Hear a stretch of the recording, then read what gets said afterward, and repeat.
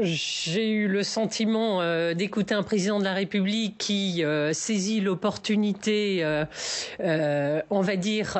d'une période qui ne rentre pas encore dans le période des décomptes de campagne, juste avant les fêtes de Noël. Il aura une autre opportunité, celle de fin d'année, pour s'adresser aux Français. Mais on sentait bien qu'une émission à heure de grande écoute,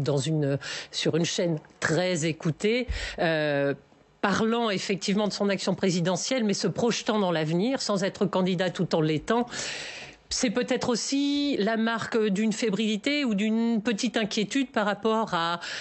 des candidatures qui aujourd'hui deviennent de plus en plus crédibles et peut-être des familles d'idées qui aujourd'hui ont su, après une primaire, se rassembler,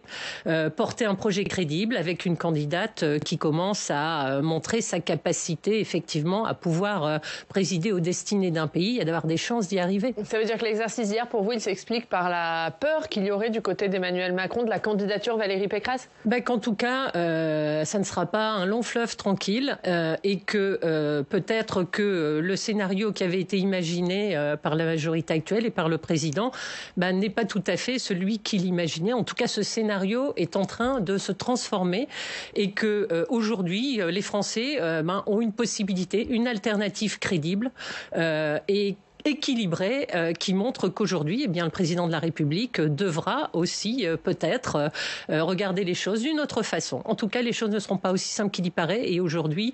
beaucoup de candidats ont une capacité à faire et il y a surtout dans l'offre politique qui est devant nous maintenant une candidate crédible, solide, rassemblée derrière elle, qui a la possibilité effectivement d'en découdre.